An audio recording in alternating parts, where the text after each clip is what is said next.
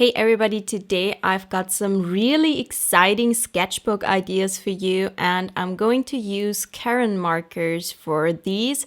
And they actually sent me their newer version of them. I have tried these opaque Karen markers before, but these have individual bristles, and the ones that I've tried in the past just have the one nib. So we're heading right into my sketchbook and I'm trying these ones today. I'm also going to be using the other types of Karen markers, the ones that can be blended and diluted with water. So I'm going to do a mix of both of these later on, but here I'm just using those. And the issue that I usually have with them is that they're a little bit too dry after a while. And I thought that the ones with the bristles would probably be better at that. And I had a really good experience at the beginning, but then here with the background, after a while, I started to struggle and it started to kind of dry up. And I was rubbing my pen onto the paper, like rubbing it back and forth, really wanting to get all of the pigment out. And it took me a while to understand that that's why they didn't work. At some point I realized it and I figured it out that when you use them and you make these really quick motions where you kind of rub it onto the page, it sort of stops the flow for some reason. But when you do your lines in one direction and not rub it so much, then it actually flows really nicely. And I don't know why it took me so long to understand that. But after I had figured that out, I had so much fun with these because they're really quick and easy. I think especially for sketchbooks, I think they're really suitable. So I'm actually for sure gonna use these some more. I have even used them since creating the pieces for this video. So I think they're really convenient for sketchbooks because they dry really quickly. I think they're also really nice to use on the go for plein air sort of stuff. I know since they're markers, I think you need a certain amount of them to get all of the colors that you want, though they can be blended a little bit and mixed a little bit. But I mean, you'd have to take the colors with you that you need. But I think for sketchbooks, they're really quick and easy because you don't need to dip your pens into something like with a brush. And also, what I really appreciate is that they don't smudge because they dry quickly. You don't smudge the page, which I really like. And with the other Karen markers, the ones that are really juicy and watery, more the flowy ink type, the other ones, I have to be really careful not to smudge my paper because they're so juicy and they sometimes bleed into each other, and it's kind of hard to avoid that if you don't want that. So I guess that's the pros and cons of both types of markers. That doesn't just go for the Karen markers, but all types of markers. They all have their pros and cons. And later on, when I used both types together, I had so much fun. So they can be used together if you want to use both types. I think it's really fun to use the more juicier, watery ones for backgrounds and then do some more opaque details in the foreground. That's a really nice way to combine the two types. You can see the first page here I'm doing. It's rather simple in the style. I wanted it to work without line art, and recently I've been doing a lot of line art with colored pencils, but with this one I wanted to see how far I could go without line art. So I focused a lot on making my lines clean and taking the time here and actually doing a bit more lights and shadows. And even though it's a really simplistic cartoony style, I wanted to see how far I could go with that. I think at this point, sometime I realized how to actually use the pen. I don't know. You can't really force the ink out with these because they have a brush tip. You can't press on the tip like with a Posca pen, for example, to make it come out. So you have to find other ways to keep the ink flowing. And here you can even see a difference in the sped up process. It's the same pen. I didn't use a different pen. I thought at first that if I let it sit for a bit, it would get juicier again, but that didn't do anything. As soon as I started to use it in this like one stroke direction more gently, it became juicy and it worked really well. I don't know. It's just something you have to keep in mind with these, but if you use them like that, they're really nice. It's just not something that feels very natural to me at first, but I have to say that I really like the way that these turned out because you can get these really flat looks with them. They sort of look like gouache or alcohol markers even, because we have this really flat background here, and I don't do these flat styles that often, but sometimes it's really fun to do it, and I think it looks really nice. It almost looks like it's digital art in a way. And yeah, I had a lot of fun with this concept as well. Just a cat tree basically, and different kitties on top of it. And I also wanted to keep the colors somewhat simple, so I did a little bit of a pop of green, and of course we have the blue in the background, but otherwise I stuck to those more brown neutral tones with a little bit of a more muted orange tone or a tan tone in there. I also did the outline here with the green color, and I love this green color so much. It's my favorite marker in the sets. I got several sets, and this one is my absolute favorite. You all know, if you've been watching my channel for a while, that I love these warm, dirty green tones, and that is that color. I love that color so much, and it really brings me joy. And I think this worked really well with those 10 tones. It's a simple piece, but I'm really happy with how this turned out. And also, this is the first page spread in this sketchbook. I had already done other pages in this sketchbook, but I usually don't do the first page immediately. I sort of break the sketchbook in a little bit and start on the third or fifth page, somewhere in the middle. And then later on, when I feel like I have sort of started the sketchbook already and gotten a little bit into a groove with it, then I go back and do the first page. And also the page on the left that you can see with the started on thing, it is the inside of the cover, so there's no other pages in between, and they stuck the paper onto the cover there. And I think that the paper is a little bit different here. Not extremely, but a little bit. You can see that the marker, even though it was flowing really nicely, is a little bit more streaky on the left side. It got to a really flat point once I did a second layer. But I think that the paper on the left side, I don't know, it wasn't as nice as the one on the right for some reason. Maybe because of the glue, I don't know. But I, recommend doing a page like that where you note down when you started it and when you finished it. And I just put these little labels on there where I can write the dates in it. And I have to look up the date when I did the first page in this sketchbook because I don't know. I have to look at my video or post when I first used this sketchbook. This is a toned sketchbook by Hanemüller. It's slightly gray, so the white pops a little bit more on it, and everything looks very slightly more muted.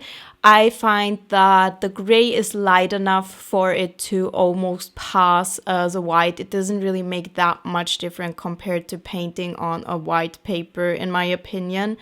And you can see that I colored these in with the same colors basically that I used on the other side, because I wanted these pages to go together, even though the one on the left has the pink in the background, but otherwise I wanted them to sort of go together.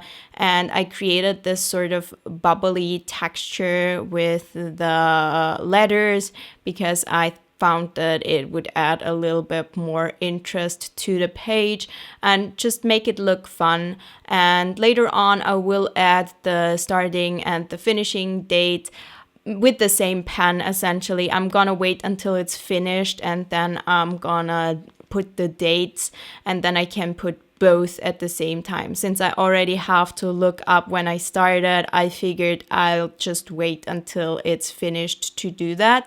And here I was using a colored pencil. This one is from Staedtler, and these are more on the harder side in terms of colored pencils, so I had to push it in rather hard to get a nice color payoff, but then I didn't have to sharpen it as much. But since this is right on the cover page, it doesn't matter how hard I press because it can't rub into another page.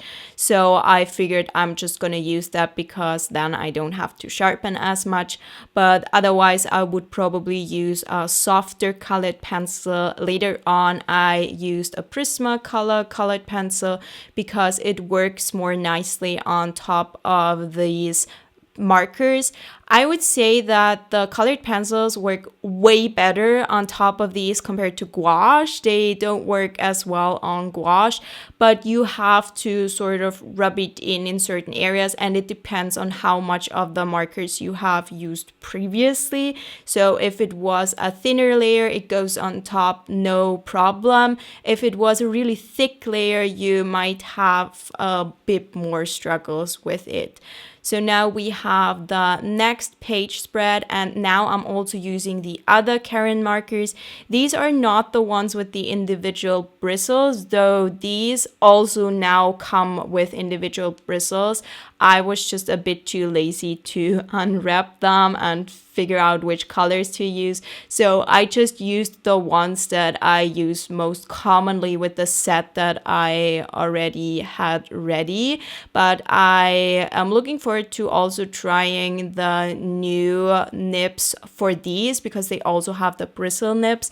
And as far as I can see, the difference is also that the ones with the bristles come to a thinner point. So it's nicer for detail. So I'm looking forward to using the other ones too.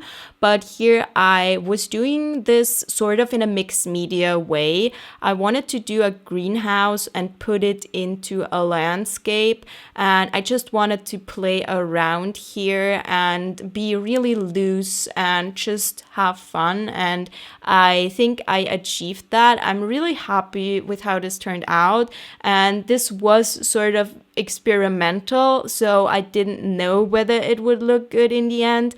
I just wanted to have fun with this and just throw the colors onto the page and see what happens, and I'm glad that it worked out. And I think that it looks really fun and loose, and it is a bit of a contrast compared to the other page spread that I did before that looked more clean in a way, and this looks a little bit more playful. I really like both, but I think I had more fun with this one, but it really honestly depends on the mood that I'm in when I am creating. Sometimes I want to do stuff that is a little bit more clean and has really flat layers and looks like that. I don't know how else to describe it, and be a bit more planned. With the cat tree, I already had a sketch prepared, but here I just went into it and I had a lot of fun with that because that was just the mood that I was in, and so that's what I did basically.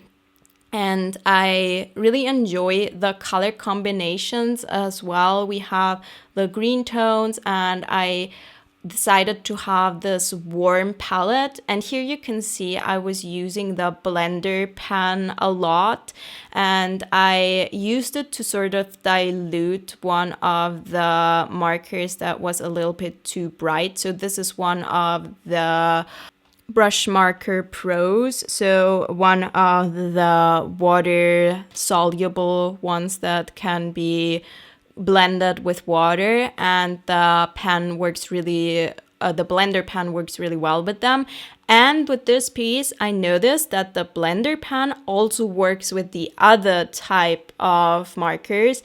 So I really went all in and had a lot of fun just mixing. And I found that you can go in all directions with these. You can, at first I thought that you can only use the more watercolory ones at first and then put the opaque ones on top, but you can also go in the other direction, and if the opaque ones are still wet, then you can blend them really well with the watercolor ones as well. So you can go all over the place with these, and I really had this mixed media approach here, just wanting to figure it out how they work together, and I was pleasantly surprised at how well it worked, honestly, because sometimes when I do these things with supplies that I don't use in that way often, when I use them in new ways, sometimes it just doesn't work and I get frustrated, but this time it worked so well, so I'm still in awe of how that happened, and the fact that I actually really enjoyed this and really enjoy the end result as well. And by the way, if you are interested in a lot slower tutorials, because these are really sped up, then make sure to check out the Cozy Creators Collective, which is my online art membership. There is a free 7-day trial, so you can sign up and confirm that the membership is the right fit for you, and you don't need to add any payment methods if you sign up for the free trial.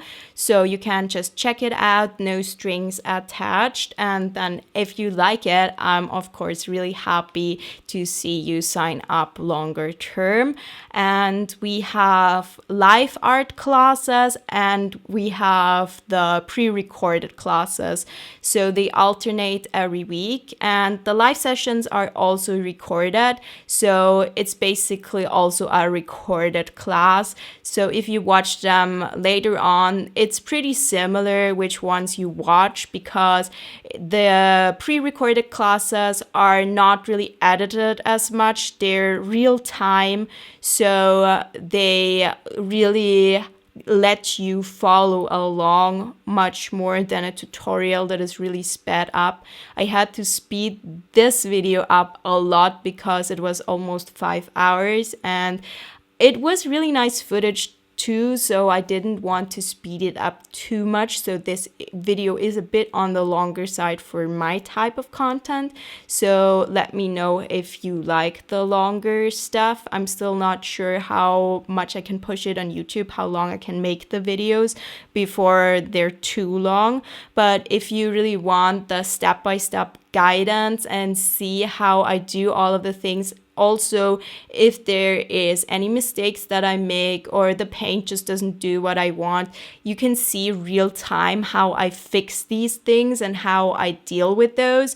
So I think that's really valuable, especially if you often encounter things where you just don't know what to do and then you get frustrated and you don't know how to resolve it. Also, if you have a finished piece from the membership or just any art piece, honestly, and you want some personalized feedback from me, you can always ask me for that in the membership, and I will give you feedback if you want to.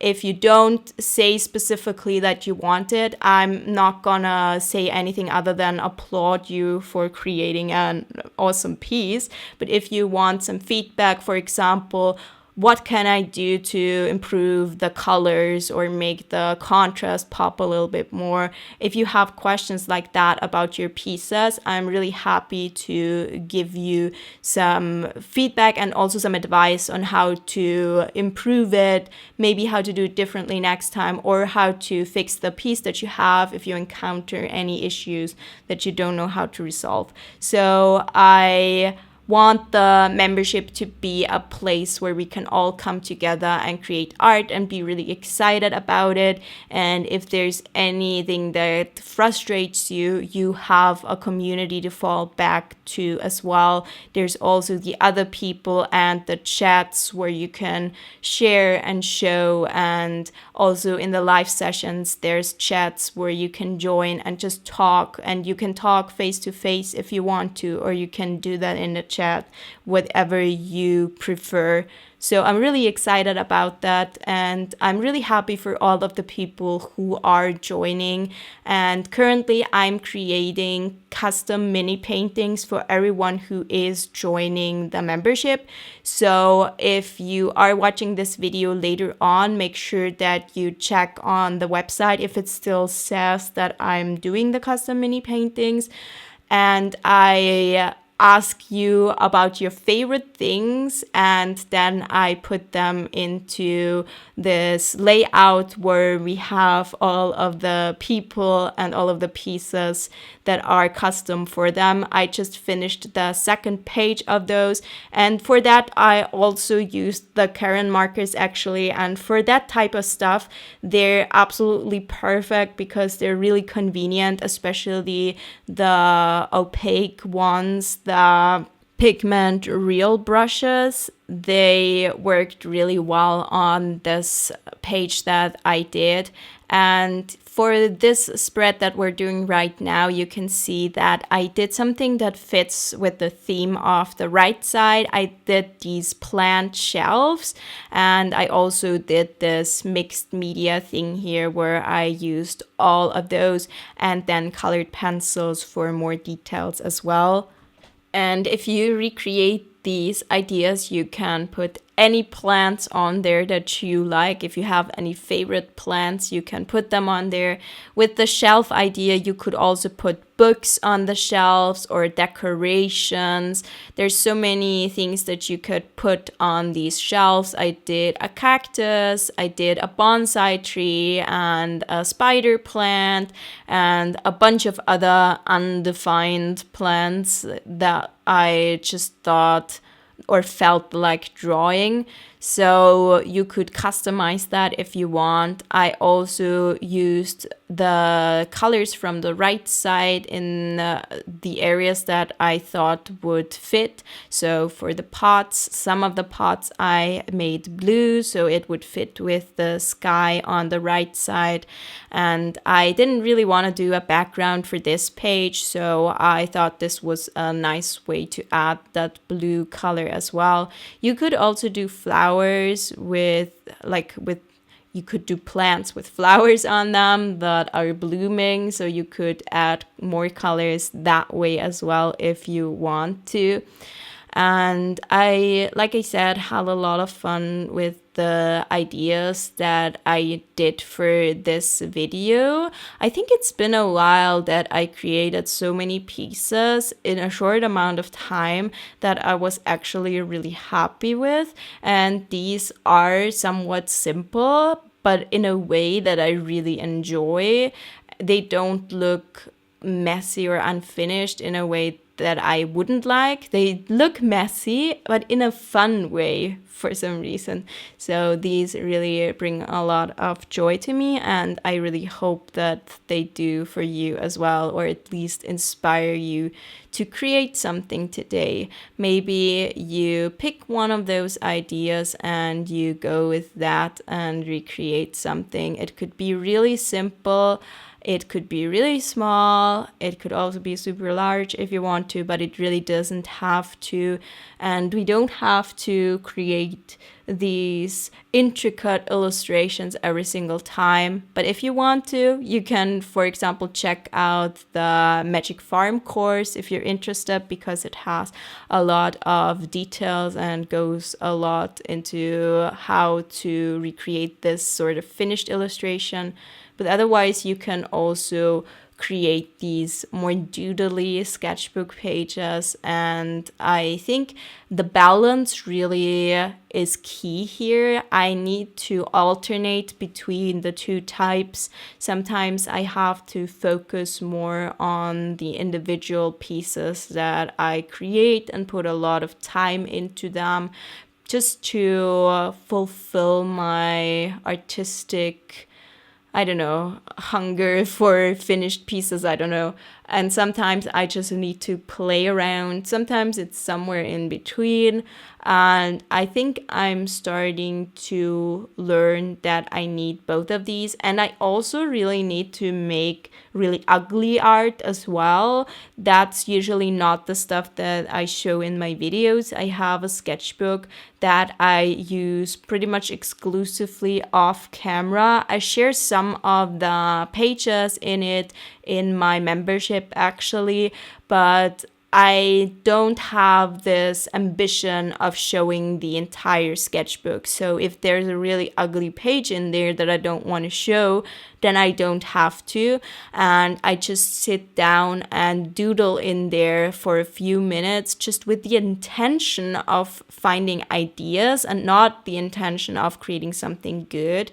So I literally called it the ugly sketchbook because it's okay if it's ugly. Sometimes it is cute and I find a lot of fun ideas in there. So it's not bad in any way, but it is a lot more loose and doesn't have to look that amazing, and not every page is finished and colorful. Some are really, really hideous, and that's fine too.